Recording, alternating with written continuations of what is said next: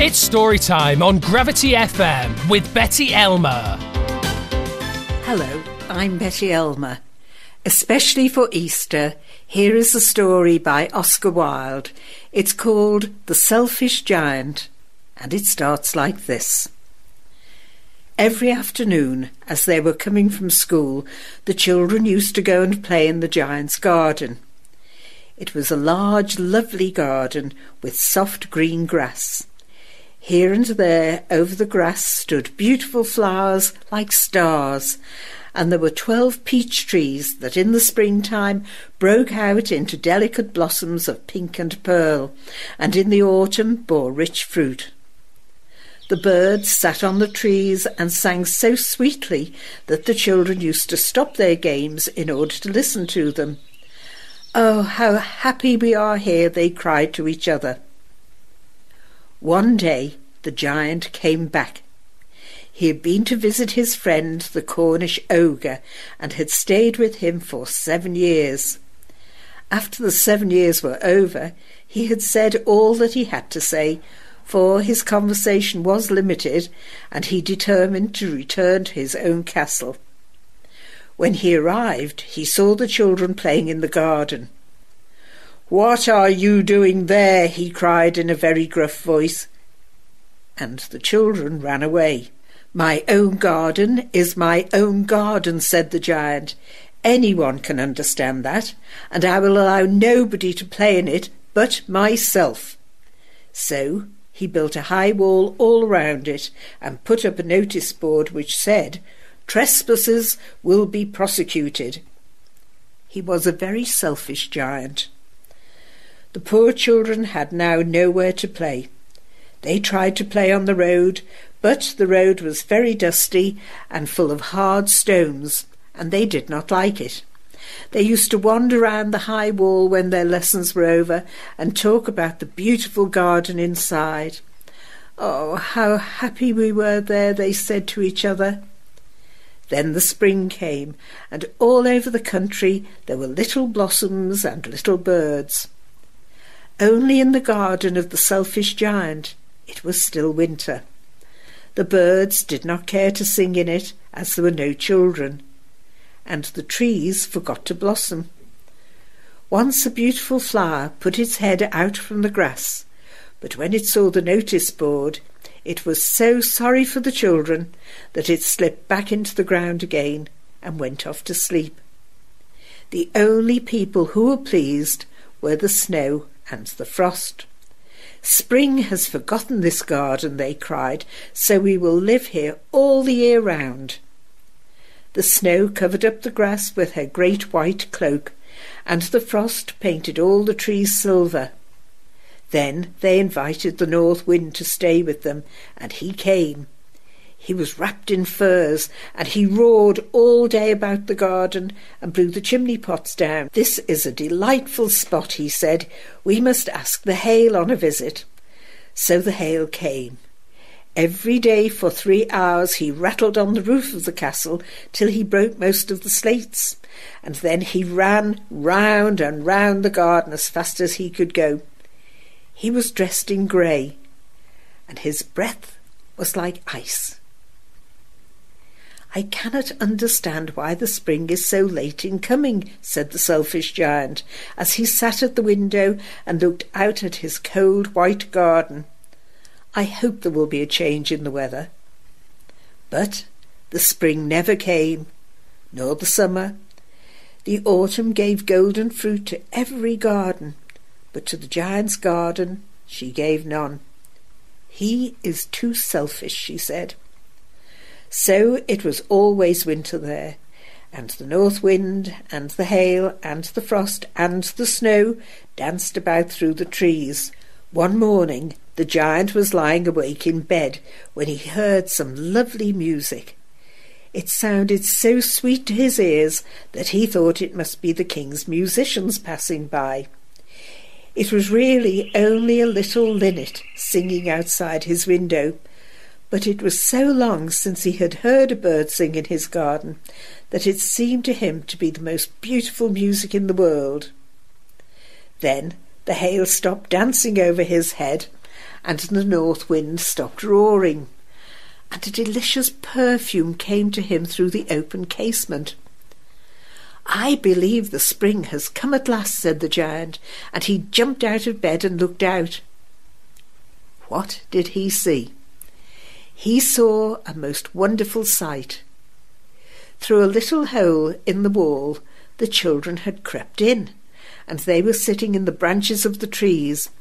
In every tree he could see there was a little child, and the trees were so glad to have the children back again that they had covered themselves with blossoms and were waving their arms gently above the children's heads. The birds were flying about and twittering with delight, and the flowers were looking up through the green grass and laughing. It was a lovely scene, only in one corner it was still winter. It was the farthest corner of the garden, and in it was standing a little boy. He was so small that he could not reach up to the branches of the tree, and he was wandering all around it, crying bitterly. The poor tree was still quite covered with frost and snow, and the north wind was blowing and roaring above it. "Climb up, little boy," said the tree, and it bent its branches down so low as it could. But the boy was too tiny. And the giant's heart melted as he looked out. "Oh, how selfish I have been," he said. "Now I know why spring would not come here. I will put that little boy on the top of the tree, and then I will knock down the wall, and my garden shall be the children's playground for ever and ever." He was really very sorry for what he had done. So he crept downstairs and opened the front door quite softly and went out into the garden. But when the children saw him, they were so frightened they all ran away, and the garden became winter again. Only the little boy did not run, for his eyes were so full of tears that he did not see the giant coming. And the giant stole up behind him and took him gently in his hand and put him up into the tree.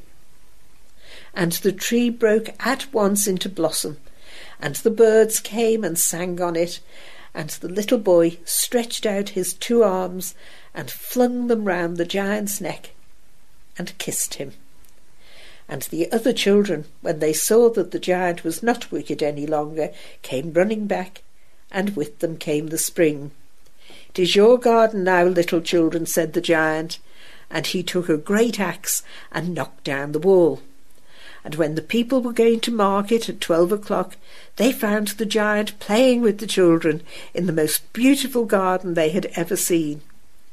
All day long they played, and in the evening they came to the giant to bid him good-bye. "But where is your little companion?" he said, "the boy I put into the tree." The giant loved him the best, because he had kissed him. "We don't know," answered the children. "He has gone away." "You must tell him to be sure and come here tomorrow," said the giant. But the children said that they did not know where he lived, and had never seen him before. And the giant felt very sad. Every afternoon when school was over, the children came and played with the giant, but the little boy whom the giant loved was never seen again. The giant was very kind to all the children, yet he longed for his first little friend and often spoke of him. "How I would like to see him," he used to say. Years went by, and the giant grew very old and feeble. He could not play about any more, so he sat in a huge armchair and watched the children at their games and admired his garden. "I have many beautiful flowers," he said, "but the children are the most beautiful flowers of all." One winter morning he looked out of his window as he was dressing. He did not hate the winter now, for he knew that it was merely the spring asleep, and that the flowers were resting. Suddenly he rubbed his eyes in wonder, and looked and looked. It certainly was a marvellous sight. In the farthest corner of the garden was a tree, quite covered with lovely white blossoms.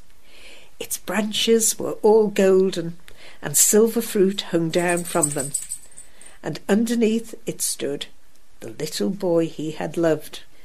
Downstairs ran the giant in great joy, and out into the garden. He hastened across the grass and came near to the child. And when he came quite close, his face grew red with anger, and he said, "Who hath dared to wound thee?" For on the palms of the child's hands were the prints of 2 nails, and the prints of 2 nails were on the little feet. "Who hath dared to wound thee?" cried the giant. "Tell me, that I may take my big sword and slay him." "Nay," answered the child, "but these are the wounds of love."